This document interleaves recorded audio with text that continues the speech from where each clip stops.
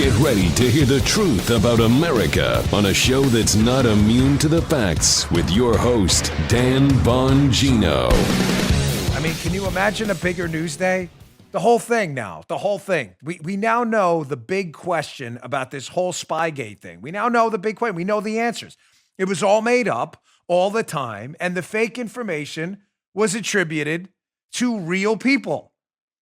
Fake information attributed to real people who had really, some of them, worked with the government in the past.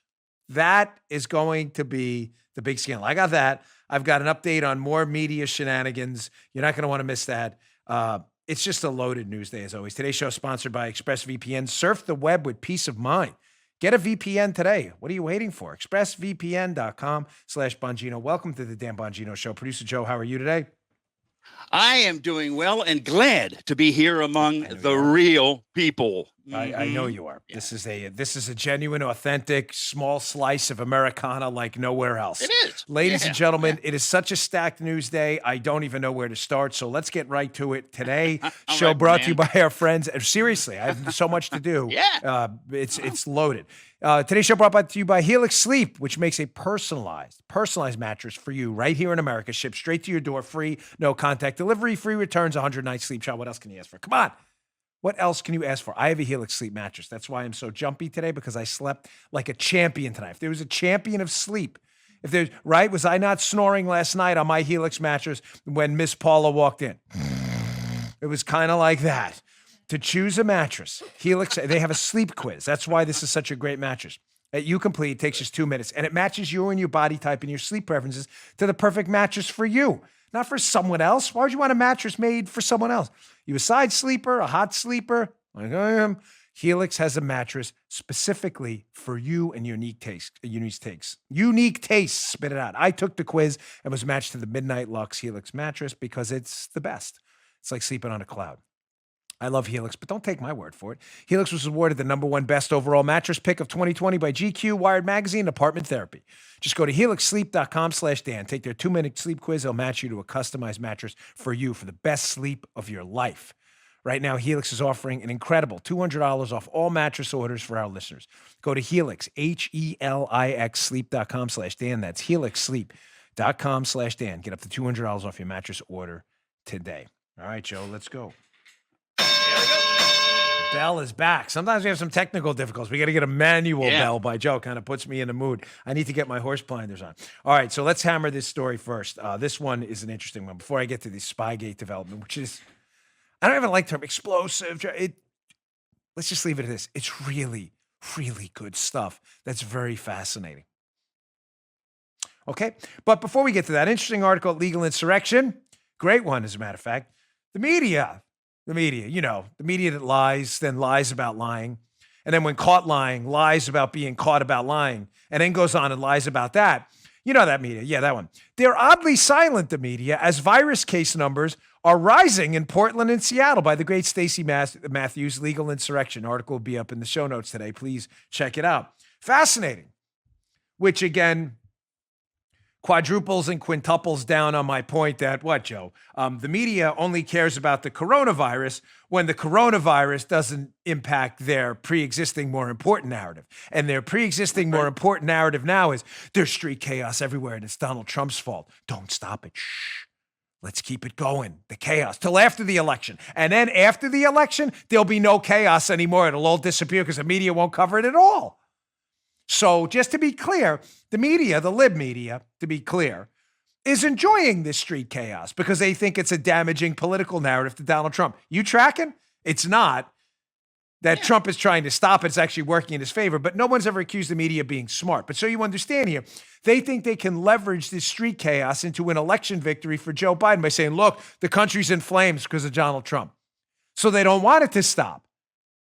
So when things like the coronavirus start rampaging through cities where these riots are happening and these mostly peaceful protests, which is becoming just an embarrassingly hilarious line by the media.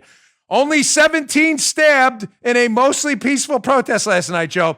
Only 47 police officers injured in a mostly peaceful protest. Only $50,000 in property damage in a mostly peaceful protest. Only 6 officers blinded in a mostly peaceful protest. It's an embarrassment. But the media only cares about the coronavirus when they can use it to damage Trump. And when it conflicts with another narrative that's more important, we got to keep the chaos going, they suppress stories about the coronavirus. So Stacey Matthews who wrote this piece. It's up at my show notes, bongino.com/newsletter. If you'd like to subscribe to the newsletter show notes, it's the same thing. Read this article. It's a great one. And in there, she has, you can see screenshots of some of her tweets. Stacey Matthews, who wrote the piece, who does really good work. You hearing about this in the media, Joe? So let's put up Stacey Matthews' tweet number 1. You know, all these riots that are happening in Seattle and Portland. Are you hearing anything about this? So here's her first tweet where she notes an interesting phenomenon from the New York Times' own Oregon page. She says, quote, this graphic is from the New York Times Oregon page. You can see how cases have steadily risen since early mid-June. This is Oregon, where the protests are happening. You know, Portland, it's in Oregon for the liberals checking us out for the first time. You see that? There's a chart there. And Joe, it shows an interesting trend going up. That's up, like the opposite of down. Now, keep in mind, you may see this on the Oregon page because they can't avoid it, but where have you heard this in the national media? Like, hey, maybe we should get a hold of these riots because, you know, coronavirus and all, you're not allowed to get a haircut. You're not allowed to go to church. You're not allowed to see your grandmother, but definitely you should riot, you know, rioting because it has nothing to do with coronavirus. Well, that's not what that chart shows. That chart clearly shows Oregon cases going up. You see that? Yeah. Interesting. Now, Joe, because liberals always have a BS line because they don't know what they're talking about, and not all liberals, but a good portion of them are largely morons. I'm very sorry, folks. If that offends you, you're probably listening to the wrong show. I'm done playing nicey nice. I told my friend this yesterday. You want nicey nice, cutesy stuff? I'm sorry. This isn't for you.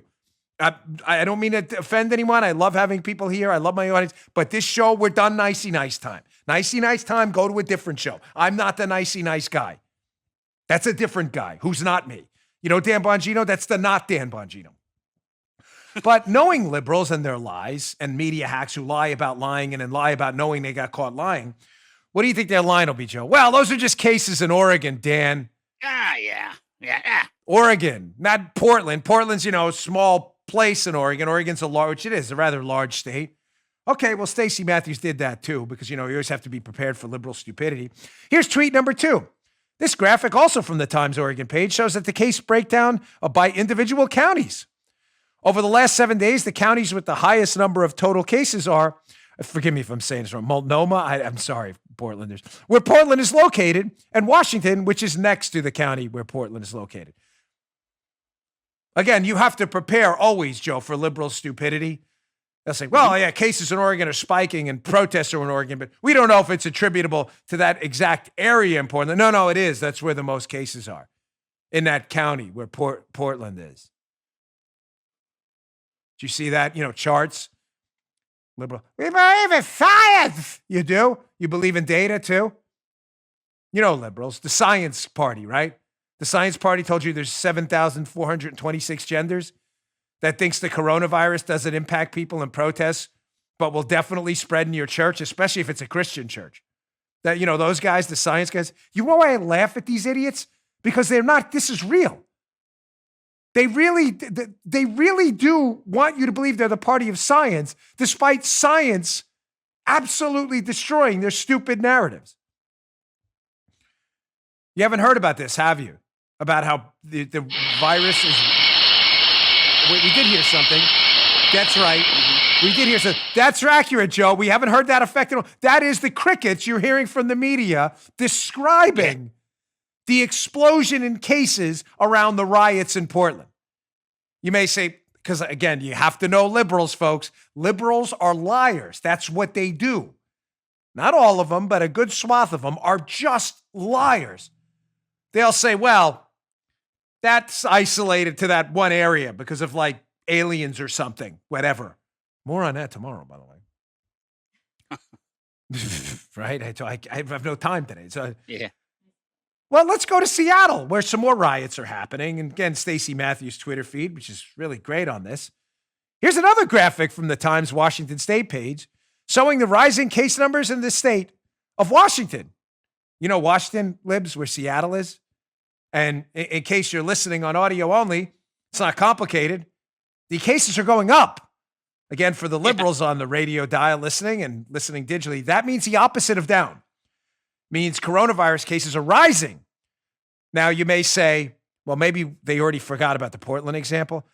The liberals will say, what, Joe? That's definitely not in Seattle. It's just statewide, but not in Seattle where the riots are happening. Okay, let's check that out too. Here's the county by county breakdown. Over the last 7 days, the counties with the highest number of total new cases are King, where Seattle's located, and Pierce, which is next to King. You didn't hear that anywhere? You're not hearing that anywhere, are you? The national media, MSDNC, CNN, they reporting on this? How the riots are causing a rampaging coronavirus infections? You're not hearing any of that, right? Because they love the riots. They love the riots. This is good for them. It's a chaos narrative, which they think works for them because they think they can pin it on Trump. But Trump's not dumb enough to fall for it. Trump's pinning it back on them because these are Democrat cities and everybody knows it. You haven't heard that story now, have you? Well, you heard it on my show. And thankfully, our audience is significant enough that we can make a real difference about the national conversation. Showing you how crazy it's actually become in these places, including Portland, which is totally in chaos. Do not listen to the media liars. Like, it's only a few blocks of Portland burning down. Only a few blocks. Only a few. So just to be clear, if these people showed up in your neighborhood and only burned down your 2 blocks, you'd say, don't worry, police, public, media folks, don't even report on this. It's just my 2 blocks burning down. There's a full-blown assault war going on in Portland for the federal courthouse, which the media refuses to report honestly about. But it's gotten so crazy that when Trump does respond, which he did, he sent in the federal law enforcement officials to preserve the courthouse from being taken and sacked by like the Visigoths or something, as I said on Gutfeld's show this weekend. This is insane, Joe. The Oregon Attorney General is actually suing the federal government for trying to defend its own courthouse. Washington Post, you think I'm messing with you? Oregon Attorney General sues federal agencies for allegedly violating protesters' civil rights. Which ones? The civil right to burn the courthouse down? Is that anywhere in the Constitution? The Amendment 4.6. You now have the right to violently assemble and burn down government property at will using lasers, firearms, incendiary devices, hatchets, and shields. I didn't read that in the Constitution. I don't know if you did. I missed that somehow. So Oregon's actually suing the federal government for protecting federal property in the middle of a riot zone in Portland. Yes, this is actually happening. Now, just when you think this story couldn't get more embarrassing, morons are chiming in about this lawsuit. The moron class, you know, Susan Rice and the whole Spygate crew in the Obama administration. If I tie those stories in. The moron class. So hat tip to the great undercover Huber. I saw this on his Twitter feed this weekend. Susan Rice, Joe, fighting against the Trump administration, who's trying to defend Portland. Susan Rice claimed this weekend that federal officers are secretly working for a private security firm, ZTI. Wait, keep this up, Paula. Get a load of this. See, if you're on YouTube, you get to read ahead. Because some blue check marks on Twitter misread a shoulder patch that says ZT1, which is a unique identifier for the officer, which she'd know if she actually listened to DHS. So just to be clear how stupid Susan Rice is, you know, the former national security advisor from the Obama administration, one of the officers on the scene had a marking unique to him that said ZT1. On market, wait. Joe, the liberal media told us that Trump's stormtroopers, as Nancy Pelosi described them, these are federal agents and officers. They're not military. She said they were unmarked. Like ninjas out of The Last Samurai. She said that, right? Joe, did she not say that? Yeah. These are unmarked stormtroopers, the media? Yeah. They're unmarked stormtroopers, ninja style. So what's weird is they're not unmarked. They have markings. specific to them so they can be identified readily. It's not their last names because they're afraid of being doxxed, but it's specific to them, like a badge number. And one of them was ZT1, which Susan Rice, because she's an idiot, misread, thinking it was ZTI, which is a private security firm. Oh my gosh, ladies and gentlemen, you're talking about, oh my, this is like frustrating. The moron class. Now you're like, how did they fall for the dossier? Fall for it? One, they're idiots. And number two, they didn't fall for it. They thought we were going to fall for it. They were dumb enough to believe we would believe it. Susan, look at this patch. ZTI, that's a private security guy. No, it's ZT1. It's a unique marking to a federal agent you're telling us is unmarked. You dunce. Dunce. Private security guards are kidnapping civilians. That's a federal agent, you idiot.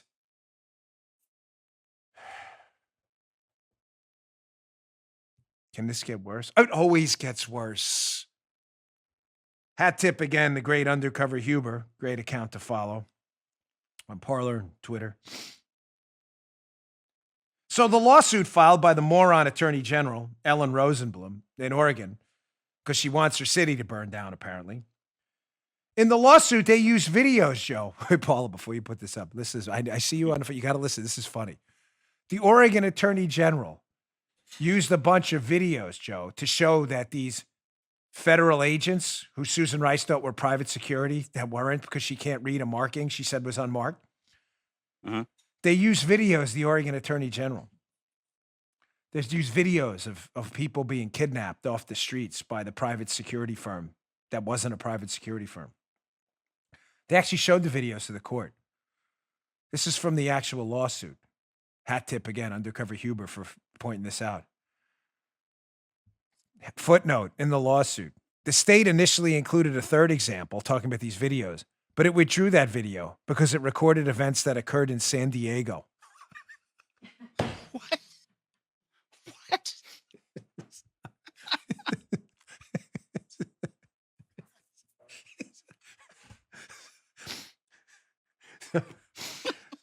If you ever, you know what? Remember the idea of great warrior kings and these? We are not living in that time right now. We are being led by political figures, both elected and outside of formal elected politics, but running to be part of politics. Susan Rice is unquestionably trying to be the vice president of the United States under Joe Biden. We are being led by the dumbest group of human beings at any point in human history. So Susan Rice, who can't identify a marking she said was unmarked on a federal agent she's telling you is a private security person who's not. Susan Rice chimes in on that one. And then the Oregon Attorney General produces video evidence of alleged federal agent kidnappings in Oregon, and the video is not even from Oregon, it's from San Diego. Oh. This is the class of morons you're being led by right now. You know, I listened to a fascinating podcast this weekend. I like Econ Talk. It's a good one. And it was an older one, but I was listening to a Cuban American who does some homework. He used to work for the CIA, Martin Guri. And he was saying how this, I don't want to, I'm probably being unnecessarily harsh. His evaluation is a little more, a little nicer. As I said, nicey show time is over. But the gist of it is, you know, we're being led by idiots, and the digital era we live in now has exposed those idiots. And that on some good news, he felt like, and if I'm mischaracterizing his position, he should email me and I'll be happy to interview him on the show. But that this may lead at some point to a peaceful breakup of the United States at some point in the future, or could, where people are just going to be tired of this. They're like, you know what? If Susan Rice wants to run to be vice president of the United States and lead the whole country, knowing she's one of the dumbest people to ever hold a position of power in the United States, as evidenced by her actions, Benghazi, Bo Bergdahl, she's just on the wrong side of everything, which makes her either dumb or complicit. then let her do that. But you guys can have your own federal government here, because now we're exposing her like I just did on this show. We're exposing her. You guys do your own thing, and there'll be some regional breakup. You'll have a Southwest United States, a Northeast, California, the country of California, whatever it may be. But we're not going to be led by you morons. We'll pick our own local morons and figure it out ourselves. Seriously. We'll pick our own local idiots. That way we have more control over the idiots. Interesting. Very interesting. All right, let me get to my second sponsor, and I got to move on to the Spygate story, which seriously exploded. Totally exploded. It's over for that. It's over. The media won't tell you this, but it's over. Matter of fact, the media is desperately trying to cover up what happened. Today's show also brought to you by our friends at Bravo Company Manufacturing.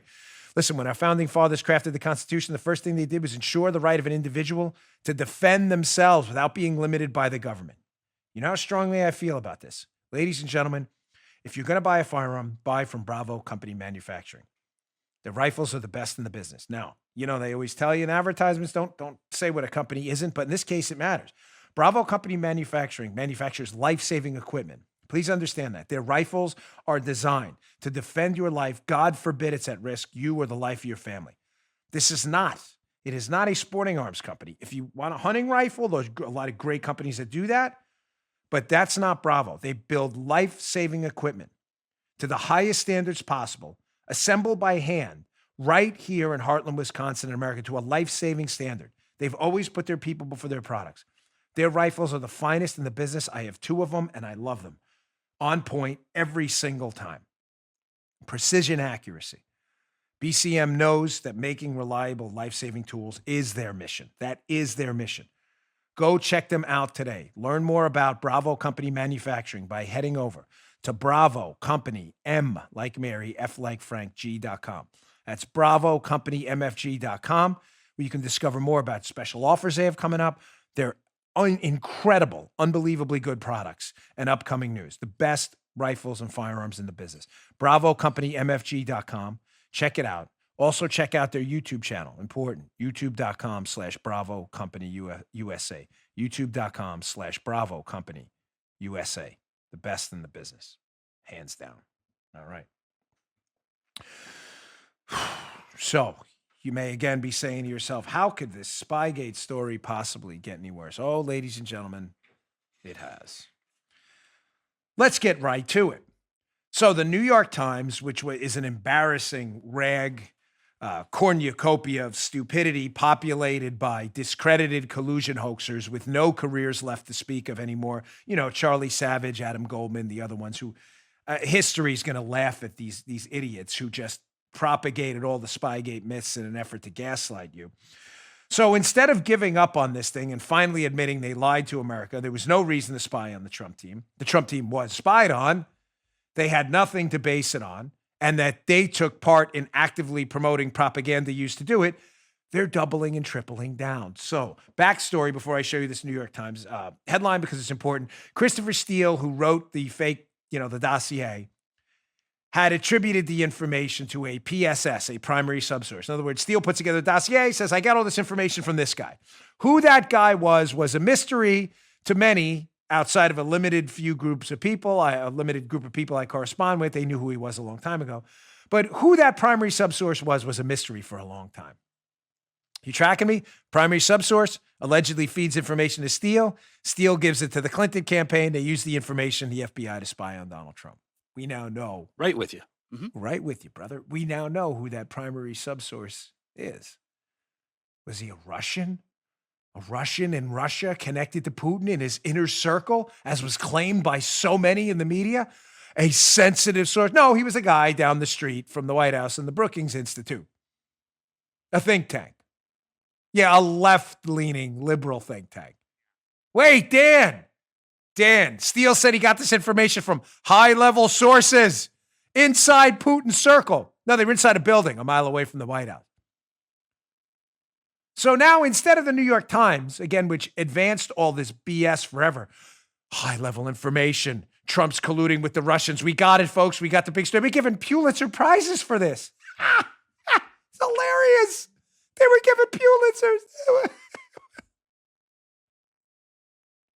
Instead of now coming clean and going, hey, all right, None of this information was actually attributed to high-level Russians and the Putin government, but a dude a mile away from the White House in a Democrat think tank.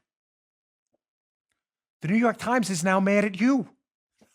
No way. Yes. Yes, Charlie Savage and Adam Goldman, discredited, debunked collusion hoaxers. They're mad at you for uncovering who the steal source was. You think I'm kidding? Look at this. This is the cover of New York Times. They're upset. There he is, hoaxer, hack Adam Goldman, and gaslighter extraordinaire, gold medal gaslighter Charlie Savage again. Two clowns. Headline, New York Times. The FBI pledged to keep a source anonymous. Trump allies aided in his unmasking. Oh, it's us now. This is great. This is great, Joe. So now it's not, the president was spied on. His campaign was spied on by an opposing political party and a sitting president who took a role in it, along with the vice president who's now running for president against Trump again.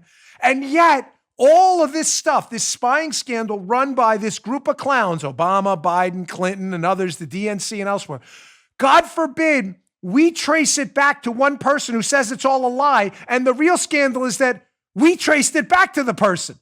We outed him. Oh my gosh. It's our fault. Trump allies, shame on you. The garlic chain around your neck and put the cross up like we're a bunch of Nosferatu or whatever that name for vampires is. We're the bad guys. We're the blood-sucking demons. Is this real? Is this even real? Are we even living in the real world where newspapers that, prided themselves on uncovering sources for real information that expose scandals over the last 100 years, real newspapers, not the New York Times and stuff. They're now at the point where we've uncovered the biggest scandal of the century, that the whole reason for spying on the Trump team was a lie based on this one guy's information. We find out who the guy is, and instead of you wondering how we relied on information from a guy that was fake, the big story is how we're wrong because we outed him. Is this real?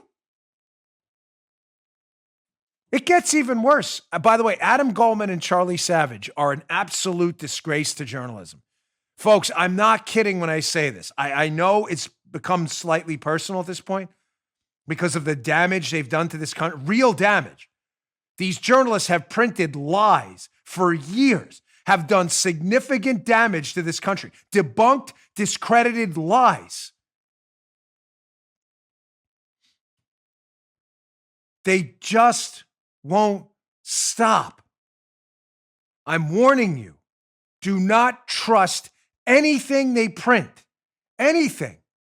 There is a significant chance what they are printing is propaganda fed to them that they know is a lie in an effort to cover up the biggest scandal of the century. If you're reading it and you're believing it, I feel really bad for you. Nothing they're telling you on this topic shouldn't be questioned 3 and 4 times. There's a significant chance it's a lie. From their piece, it gets even worse. The dossier did play an important role in a narrow part of the FBI's early Russia investigation. What? A narrow part? So now that we have the source of the dossier who fed it to Steele, and we know it's all discredited nonsense from a guy who was a mile away from the White House in a Democrat think tank, not in Russia or in Putin's inner circle. We know the information's false. We know the information was used in the dossier. Now your line of attack is, you bad guys shouldn't have uncovered them. And secondly, it only played a narrow part. That's a quote. Ladies and gentlemen, the entire dossier and warrant to spy on the Trump team through Carter Page, the entire thing, the significant parts of it, the most significant parts of it were all the dossier. All the dossier. But even more importantly, a big hat tip to Stephen McIntyre, who's cited, by the way, extensively in my next book, Follow the Money, which, again, will totally, thank you to all who purchased it on Friday. We blew up the Barnes & Noble charts, Amazon and elsewhere. My next book blows the doors on all this. It's stuff I'm talking about now, but it's just in a lot of detail and in one place. Not like hiding anything from you. Hey, I'll read in my book later. It's covered. It's all in one spot, though. Thank you, Paul. Going to be a handy dandy guide to all the deep state connections. I'll get to in a minute, too. More how the impeachment hoax has everything to do with what happened here, too. I want to make this important point. So we now found the source of the discredited information that wound up in the dossier that was not a narrow part of the case against the Trump team. It was the whole case. But hat tip Stephen McIntyre, it's not so much the FISA warrant now that's the big scandal against Carter Page. We've already uncovered most of that. It was fake. It was always fake. They renewed it when they knew it was fake. We get that. That's huge. But the bigger part of this scandal is the role the dossier played in the intelligence community assessment. Oh, where are we going? Where are we going with this? Yeah, where are we going with this? Again, hat tip Stephen McIntyre, who's done an amazing job on this. He makes the point that, listen, while they spied on the campaign with the FISA warrant, and the FISA warrants were renewed knowing they were false, they were really centralized onto Carter Page. Now, we know there may have been hops there that infiltrated the Trump campaign, and it's all devastating. But the intelligence community assessment that's released in January of 2017, remember that? The 17 agencies say Trump colluded with Russia because the Russians hated Hillary Clinton. Remember that? That intelligence community assessment later on was as damaging, if not more damaging, than the FISA warrants to spy on the Trump team. Why? Because that was the narrative, false narrative, that was used by Goldman, Charlie Savage, the New York Times, the Washington Post, Rachel Maddow, Chuck Todd, and every single media hack to go and propagate the myth that the Russians wanted Trump in office, and the way they did it was by colluding with him. I need you to be crystal clear on this. That was all based on what people thought was a formal intelligence product from the intelligence community, the ICA, Intelligence Community Assessment, issued in January of 2017, right as Trump's about to swear into office and Obama's transitioning out. That intelligence product, which said Trump colluded with the Russians, basically, and the Russians wanted, more importantly, I should say, the Trump colluded was more based on that, but it was in the dossier, which stated that the Russians definitely wanted Hillary elected. That was used by the media as the bedrock principal way going forward that they need to investigate this. It was all fake. How do we know? Because that was based on the dossier too. This is from Stephen McIntyre's Twitter feed. Look at this. You don't believe me? Look at dossier number 95 from Steele. Paul Manafort, who was using foreign policy advisor Carter Page and others as intermediaries. The two sides had a mutual interest in defeating Democratic presidential candidate Hillary Clinton, whom President Putin apparently both hated and feared. So just to be clear, again, the media is saying, no, Trump colluded with the Russians because Putin hated and feared Hillary Clinton. Well, where are you guys getting that in the media? We're getting it from the intelligence community assessment. This is 17 agencies all agree. Where did they get it? Where did they get that? That Putin hated Hillary Clinton and feared her? Joe, where did they get that? Did you just see that I just saw it in the dossier. You may say, Dan, that's not in the intelligence committee assessment. Really? Let's just go to the intelligence committee assessment and just read it verbatim. No, I'm not reading the dossier again. I'm reading the actual intelligence community assessment. Putin ordered the influence effort with the aim of defeating Secretary Clinton, whom Putin quotes, they even quoted, feared and hated. They even put the quotation marks. So just to be clear, the intelligence community, 17 agencies agree. Putin wanted Trump, not Clinton. The media then went on to use that narrative. They got that from the dossier, which we now know is fake. They even quoted it. They put the quotation marks in the intelligence community assessment from dossier report 95, which is fake. It's not from a Putin inner circle guy. It's from a dude down the block from the White House. They made this whole thing up. And Hack Goldman and Hack Savage from the New York Times are mad at you for figuring it out. Oh my gosh, I just ripped the page. You see that? Got to ease up on those bicep curls. Look at that. Just my own page. Ladies and gentlemen, this gets worse. How can it possibly get worse? Oh, it does. You know what? Let me get to my final sponsor here, and because I want to rock and roll through this. We got a lot of show for you. So you're like, the media relied on an intelligence community assessment that was based on the same fake dossier the Pfizer warrants are? Yes, that's the scandal. Yes, that's it. It's as simple as that. But it does get worse. Don't go anywhere. We're not even scratching the surface yet. Final sponsor today, Omaha Steaks. Listen, they're offering a steakhouse grilling package. Listen, I can't do this read because my mouth waters all the time. I love Omaha. I'm a huge fan of Omaha Steak. Their burgers are the best in the business. And my mouth starts with, so forgive me. They got an exclusive offer, Omaha Steaks, for my listeners. Go to omahasteaks.com. Enter code Bongino in the search bar. And this week, Omaha Steaks will add 4 burgers and 4 gourmet jumbo franks free with your order. Oh, their food is so good. It's called the Grand Summer Grill Out Package, and it lets you stay at home and eat like you're at the best steakhouse in town. Ladies and gentlemen, these steaks are amazing. We're talking Omaha Steaks, and they're bacon-wrapped filet mignon, pork chops, chicken, kielbasa, and more delivered right to your door. Smoky sweet bacon, fork tender filet mignon, all for much less than going out to a restaurant. Visit Omaha Steaks. I'm starving too right now. This is like I can't handle it. Visit omahasteaks.com. Type Bongino in the search bar to get this deal today. Omaha Steaks isn't just steak. It's the best steak of your life, guaranteed. And don't forget, when you order the Grand Summer Grill Out Package, you'll get 4 jumbo franks and 4 delicious, delectable, juicy Omaha steak burgers free to complete your takeout experience. You'll never eat a burger again outside of Omaha after eating one of theirs. Go to omahasteaks.com, type Bongino in the search bar, and shop Summer Grill Packs today. They deliver quality and safety with every order. They come in a flash frozen, vacuum sealed, and it's safely delivered to your door in a cooler with dry ice. They're fresher than fresh. Again, go to omahasteaks.com, type Bongino, Bongino in the search bar. Take advantage of this amazing deal today. Go today. Check it out. All right. All right, good. Just checking. We good? All right. Get the thumbs up. You may say, how can this case possibly get any worse now? So the federal government put together an intelligence community assessment under Obama based on a PP dossier from a guy a mile away from the White House and then quoted it exactly. And then no one in the media thought to ask any questions. 17 agencies said so. No, Christopher Steele said so in his kooky PP dossier. This does get worse.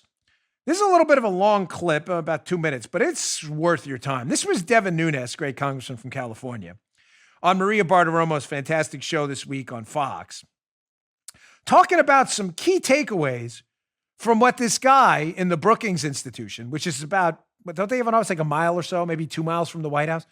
So we now know again, Steele's source was not in Russia, was not Putin's pal, had no real information he gave to Steele. But by the way, I'll get to don't blame fully the Brookings guy. Steele, I think, made a lot of this up, but just to be clear, the Brookings Institution knew who this guy was, Steele's source.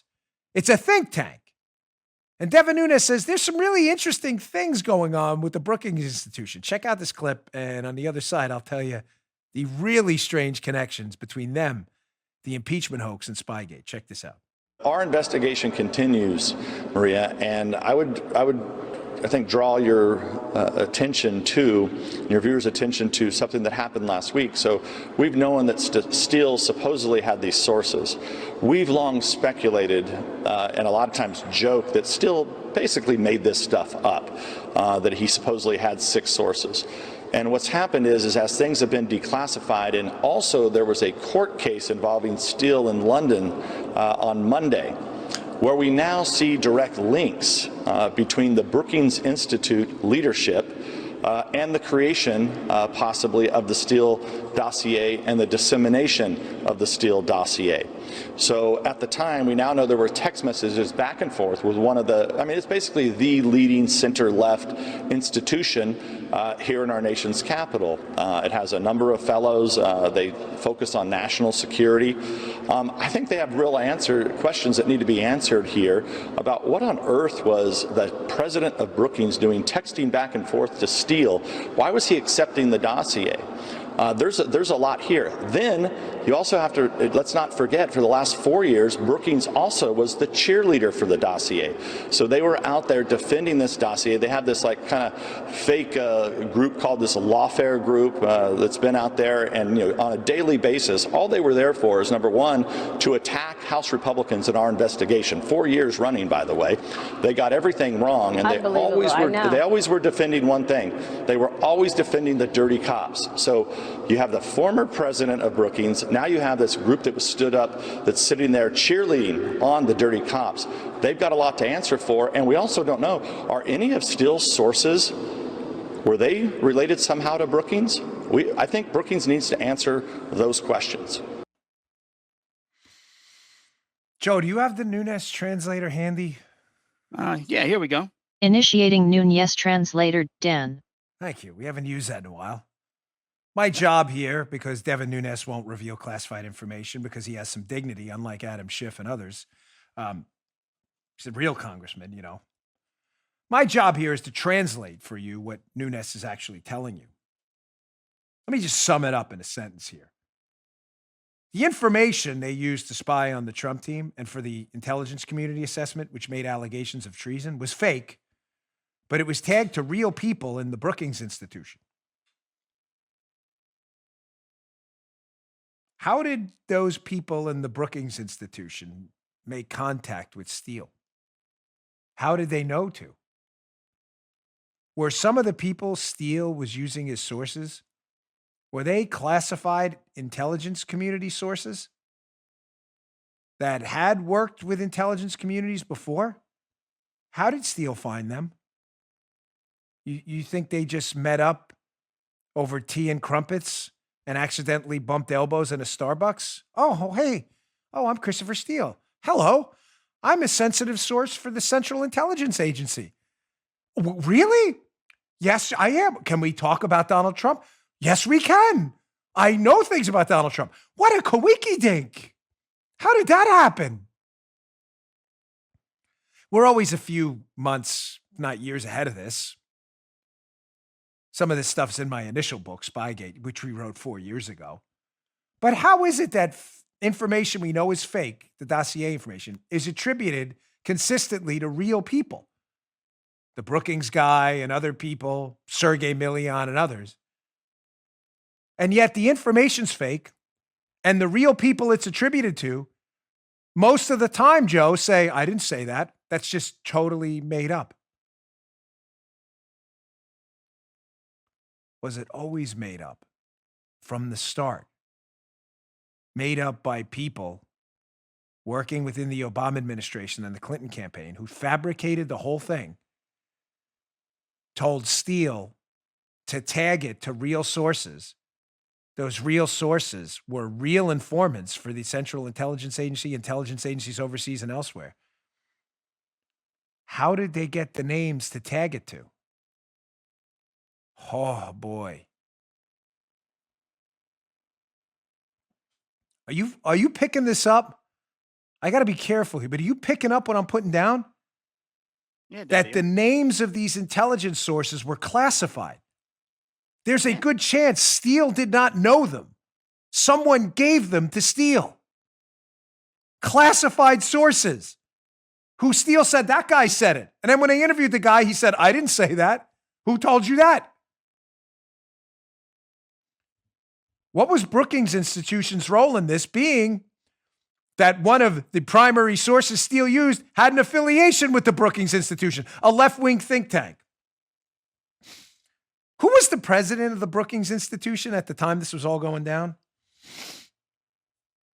There's no way that the president of the Brookings Institution, where Steele's alleged source, I'm telling you, I think Steele made this whole thing up. Understand that. But where Steele said he got the information, he works in Brookings. Who was the president? There's no way it would be a senior diplomat in the Bill Clinton administration who then left and was at Brookings as president when it happened, right? That would be just crazy, wouldn't it? No, because that's actually what happened. Let's go to a great piece in National Review by Zach Evans about Strobe Talbott, a name you heard on this show 3.5 years ago. Steele updated the Clinton ally on dossier progress in 2016. Zach Evans. This article will be up in the show notes today. You need to read this one. It's back from April. So just to be clear, a former Bill Clinton ally, Strobe Talbot, one of his buddies, who was a senior diplomatic official in Bill Clinton's presidency, was running the Brookings Institution when a guy affiliated with the Brookings Institution, his name is used in a dossier as a source. His name is the primary subsource to then spy on the Trump team. Don't worry, Adam Goldman and Charlie Savage. We're definitely the bad guys for exposing this. You guys are real heroes for being stupid enough to fall for this. Clinton ally, president of institution that allegedly feeds information into a fake dossier the FBI used to spy on the president and then uses for an intelligence community assessment to allege that Donald Trump is a treasonous traitor to the country. Let's go to screenshot number 1 from the National Review piece. This is just fantastic. Talbot, the president of the Brookings Institution, indicated that he was told of Steele's work by former National Security Advisor Susan Rice. You know, Susan Rice, who thinks ZT1 means ZTI because she's too stupid to figure it out. Or former State Department official Victoria Nuland, who used to work for Talbot and then worked in the State Department. Wait, what? So Talbot, who's running the place where this primary subsource is affiliated, feeding BS information, Talbot says, I heard it from Susan Rice from the Obama administration. Now, Rice denies this, according to her attorney, but he says he got it from them. Wow. That's really weird. Susan Rice, who was Obama's national security advisor? Joe, kind of sounds like maybe the Obama administration was orchestrating this whole thing with Hillary Clinton. Yeah? This kind of, sort of. You're saying these connections can't possibly get any worse. You mentioned before, Dan, something about how in your book you talk about, it's called Follow the Money, my book, because all these scandals are the same people. All of them. They're all the same people. Soros, Brookings, anti-Trump cabal fake whistleblowers. The impeachment hoax and Spygate are the same people. When Spygate didn't work, they spied on Trump. He got elected anyway. Then they moved seamlessly into the Mueller probe, and that didn't work. And then they moved seamlessly into impeachment over the Ukraine hoax. It's the same people. Can't possibly be. Really? Let's go to screenshot number 2 from the National Review piece. Remember Fiona Hill, Joe? Russia expert, testified in the impeachment hearing. Kind of hit Donald Trump pretty hard. You're like, Fiona Hill, she worked in the Trump administration. Listen, they should have got rid of her early. Like, no way she appears in this thing too. Okay, let's just read from the article. So Steele went on to provide Strobe Talbot, Clinton guy running the Brookings Institution, with a copy of his dossier in November of 2016. That's weird. And Talbot, who was tapped in 2011 by Secretary of State Hillary Clinton to chair the State Department's Foreign Affairs Advisory Board, then disseminated the dossier to his Brookings colleague, Fiona Hill, in January of 2017 while she was serving in the Trump administration. Come on, that can't be. She was the one with her high-minded BS routine at the impeachment hearing. She was above the whole fray. Remember at the impeachment hearing when she said she knew about Steele and stuff, but couldn't really recall much of the details about her relationship with him? That's interesting because we can recall them now.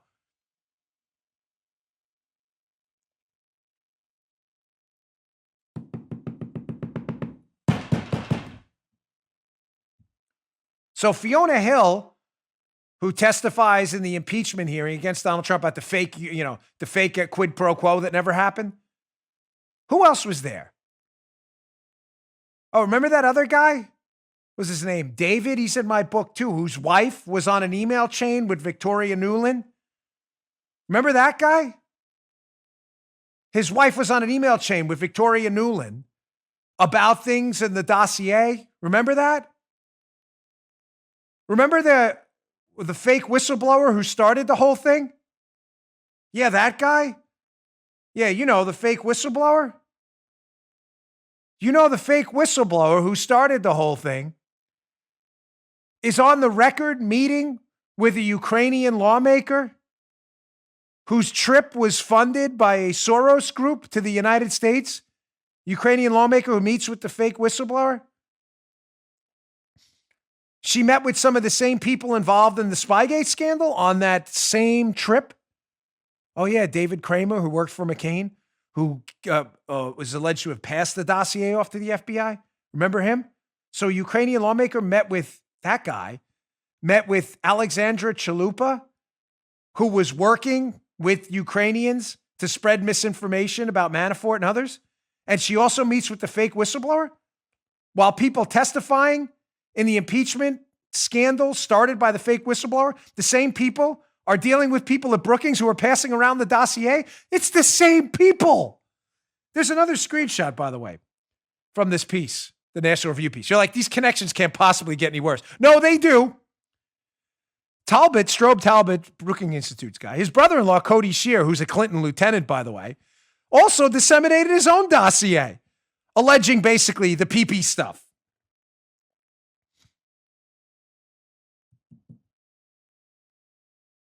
You may say, Dan, this is getting very confusing. It doesn't need to be.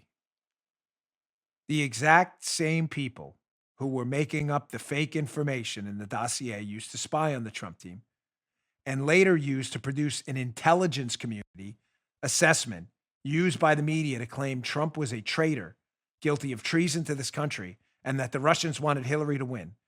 The same people involved in that were the exact same people who produced evidence of a fake Ukrainian quid pro quo used in a hoax impeachment sham to try to get rid of the president after the Mueller probe failed. It's the same people. It's the same people.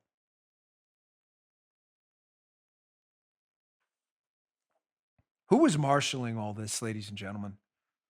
Well, it seems clear at this point it's Hillary Clinton and the Obama administration. But who was paying for all this behind the scenes? Here's an interesting article at the Wall Street Journal, a name you'll see in all three of my books on this, my Spygate, Exonerated, and my soon-to-be-released book, Follow the Money. Wall Street Journal from March of 2015. Clinton charity tapped foreign friends. They did. 2015 article. What does this have to do with anything? Remember the name Victor Pinchuk? Victor Pinchuk, Ukrainian guy, runs a company called Interpipe. Remember that guy? Yeah, Pinchuk. Victor Pinchuk appears in a couple of my books. I think he makes an appearance in Follow the Money, too. No, I know he does. Pinchuk's a big donor to the Clinton Foundation, which they've been looking at since as far back as 2015. Clinton's got caught talking to Pinchuk and then disavowed any knowledge of knowing him, even though he was scheduled to appear at Mrs. Clinton's house down in Washington, D.C. When those emails were uncovered, the Clintons and their people said, no, Pinchuk, we don't know. That's not our guy. Really? That's interesting because this Wall Street Journal piece from back in 2015 says he is your guy. Says that between 2009 and 2013, including when Hillary Clinton was Secretary of State, the Clinton Foundation received at least $8.6 million from Pinchuk, based in Kiev, Ukraine. This foundation was created by Pinchuk, whose fortune stems from pipe making. He served 2 terms as an elected member of the Ukrainian parliament and is a proponent of closer ties between Ukraine and the European Union. Mr. Pinchuk and his wife, the daughter of a former president, began donating to Clinton charities in 2006 after being introduced to Mr. Clinton by Doug Schoen, a pollster who's worked for both Clintons. You mean the same Doug Schoen, who, according to FARA filings, was Foreign Agent Registration Act, was paid and is alleged to have arranged a meeting between the Ukrainian lawmaker, John McCain's guy, the fake whistleblower, and the woman who was putting out most of the fake information about Manafort's ties to Ukraine, which was used to foster the Russia hoax? You mean Schoen is involved in all that? The same guy being paid by Pinchuk, who's a mega donor to the Clinton Foundation, who was a pollster for the Clintons? Yeah, that guy.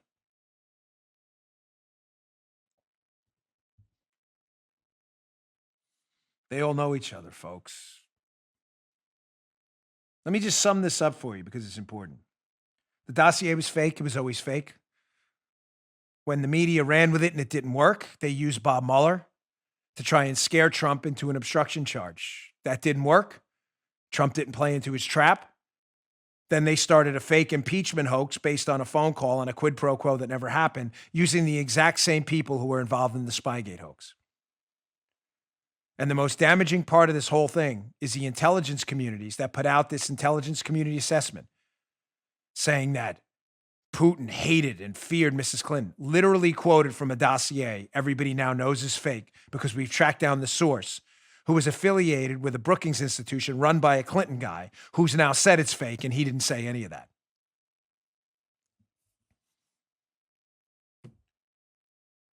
You'd never believe this could get any worse, but it does. All right, my final story of the day is important. If you didn't catch Life, Liberty, and Levin last night, then go to whatever it is, Fox Nation or TiVo, DVR, whatever it may be. You need to watch it. I think there's a replay next week. Levin's show last night was incredible. They had Stanley Kurtz on, who has been talking about one of the biggest domestic policy scandals in a generation that the media, again, is not covering at all, but we've covered on this show for upwards of 3 years now. How the Democrats are literally going to war with the suburbs. I'm not kidding. It's happened. Look at the case of Westchester County, where they sued them, the federal government, and in 2009 forced Westchester County to build a bunch of low-income housing in high-end suburbs because they felt like it. Because, racism and all. They made all that up. It's actually happening. Trump has stopped it. It's called AFFH. Tattoo it on your skull. Affirmatively Furthering Fair Housing. It is a big government, far-left, radical agenda to destroy the suburbs. Destroy the suburbs because liberals hate the suburbs because it pulls tax money away from the big cities they want to dominate. They hate the suburbs. That's your house. So to liberals watching, the great Stanley Kurtz, who's been all over this story for years, if not decades now, was on Life, Liberty, and Levin, and for an hour broke down how the Democrats and Joe Biden are about to burn your neighborhood to the ground with these programs. Here's clip number one. It's a 2-minute clip. This is 1 minute of the 2 minutes. And this is Kurtz explaining how Joe Biden's about to bring back this program that's going to take over your schools, your policing, put public transportation in neighborhoods that aren't built for it, and they're going to claim you're a racist if you don't meet racial quotas in your neighborhood and build low-income housing smack dab in the middle of your neighborhood. And if you dare speak out, you're definitely a racist. Check out this clip. That brief mention and created out of it a transformative rule, a little bit like Obamacare in that it's a massive rule that does a great many things, and you have to keep delving and delving. And the bottom line is that AFFH, the acronym for Affirmatively Furthering Fair Housing, would radically undercut the political and economic independence of America's suburbs. It would allow bureaucrats in Washington, in the Department of Housing and Urban Development, to control zoning laws, to control the placement of transportation and business districts, even to some degree the drawing of school districts. In other words, almost every important local governmental responsibility could, under AFFH, fall into the de facto control of the feds. Folks, you think he's making this up? You think this is hyperbolic? Look up Westchester 2009 consent decree, where as a test case, liberals sued Westchester County, New York, saying they weren't affirmatively furthering fair housing and alleging basically that the citizens of Westchester were racist. You don't have enough minorities in these neighborhoods. Keep in mind, Westchester, I think, is the 4th most diverse county in the country. I think Stanley Kurtz said that last night. Doesn't matter. It is, thankfully, now and has been for decades, illegal to discriminate based on race, gender, anything, selling someone your house. You can't do, it's illegal. So no one had a specific case of racism. They just said, we don't like the racial makeup of your town. There's basically too many white people.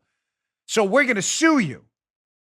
You may say, oh, that probably got thrown out. No, it didn't. It scared the hell out of Westchester to the point where they agreed to build tens of millions of dollars of low-income housing smack in the middle of upper middle-class neighborhoods.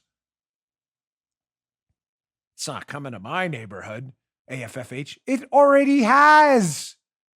Well, what stopped it? Why hasn't it expanded throughout the country? Well, there were lawsuits, thankfully, that stopped some of it, but the Trump administration just put a big stop to it and said, we're not doing that. It's illegal to discriminate based on race, thankfully. It will continue to be forever in a sane country. But unless you can prove someone was racially discriminated against, you pointing out the racial makeup of a neighborhood has nothing to do with anything. People move to neighborhoods for all kinds of reasons. Cuban family moves in. They bring in some Cuban friends who live next door. You have neighborhoods that have a lot of folks who are Cuban. Well, why they chose that neighborhood, we have no idea. Unless you can allege racial discrimination, you saying a neighborhood is racist is kind of offensive, no? So they're going to use this now to sue you and rezone your communities and plant a bunch of low-income housing right in the middle of your neighborhood. It's already happened. They're also going to redistrict your schools. But by the way, I'm all for school choice. So I'm just telling you what's going to happen. But if you're not, which you should be, by the way, but if you're not for school choice, no, my kids, I paid a lot of money to get in my neighborhood because the schools are good. That's fine. You're perfectly entitled to your opinion. That's not what the federal government's saying. They're saying, no, we're going to come in and we're going to redistrict your kids to different schools. Oh, you didn't know that? Oh, you think this is a big joke? Biden's running on this. Biden is running on reinstituting this. Even worse, they're doubling down. Watch cut 2 here. If they can't redistrict your schools, take away assets from your police department, and tax you to pay for big cities, they're going to institute regional governing consortiums to take away your tax money from your local neighborhoods. The suburbs are going to destroy and give them to the cities. Check this out. You think I'm messing with you? So effectively, in so many crucial respects to the people who live in these communities or the people who want to live in these communities, the federal government would nationalize, federalize decisions respecting the economy, schooling, law enforcement, housing, zoning, commercial activity, transportation hubs. Have I missed something? You probably have, Mark. I've probably missed something because there are so many things in the AFFH regulation. It's hard to keep track. For example, I'll give you just one example of something we both missed, quote unquote. The AFFH will allow the feds to push local governments into regional governing consortia. Now, what does that bit of gobbledygook actually mean? It means that it will try to create a layer of government in between the federal government and local government, a layer of government that corresponds to your greater metropolitan area. So if you are in, say, Montgomery County outside of Philadelphia, it will try to remove your governing responsibilities and hand them over to the greater Philadelphia metropolitan area, which will probably end up taking a chunk of your tax money. So there's a lot in AFFH. So just to be clear, let's sum up what's in AFFH, which Biden has already openly pledged to expand. It's not a secret. Look it up yourself. I don't like Trumpist tweets. Good. You live in the suburbs? Here's what's coming your way. Low-income housing, massive housing complexes, big high-rises of low-income housing in your neighborhood, redistricting your schools. You like your schools? No more. They ain't your schools anymore. Your tax money is not going to be spent locally. It's going to be spent in cities you don't even live in that you just moved out of. And it's all going to be done under the guise of you're all racist, despite the fact they can't actually point to any racism. And one of the neighborhoods used as an example of neighborhood racism, again, not specific examples, they don't have any. One of the neighborhoods, Joe, here's the greatest irony of all, folks, and we'll be done after this because it's a mic drop moment. One of the neighborhoods in Westchester uses an example of a racist neighborhood that needs low-income housing built in it, and its schools redistricted is Chappaqua, where Hillary Clinton lives. In the racist neighborhood? Hillary Clinton, of all the places to live, picks the racist neighborhood the federal government made an example of as a racist neighborhood. It's not. But they just said, why doesn't she move? Why does she support this? Because it's BS. There's nothing racist about Chappaqua or anywhere else. They're just using it as a talking point. Sorry, phone's going on. Always a busy day here at Bongino Inc. Oh, man, that was a loaded show. All right, folks, thanks again for tuning in. I really appreciate it. Please subscribe to my YouTube channel, youtube.com/Bongino. We really appreciate it. We had another terrific week. And please pick up my new book again on pre-order, Follow the Money. I promise you, all of these ties between the impeachment hoax, the Mueller hoax, and the Spygate hoax are all laid out. Really convenient. The book is written like a police file again, just like Spygate. So you can skip around between chapters if you want to find connections between all of this stuff. It's all there, all laid out for you in one spot. Check it out. Follow the Money. Available at barnesandnoble.com, Amazon, bookstores, online. Pre-order now. Check it out. Thanks, folks. See you tomorrow. You just heard Dan Bongino.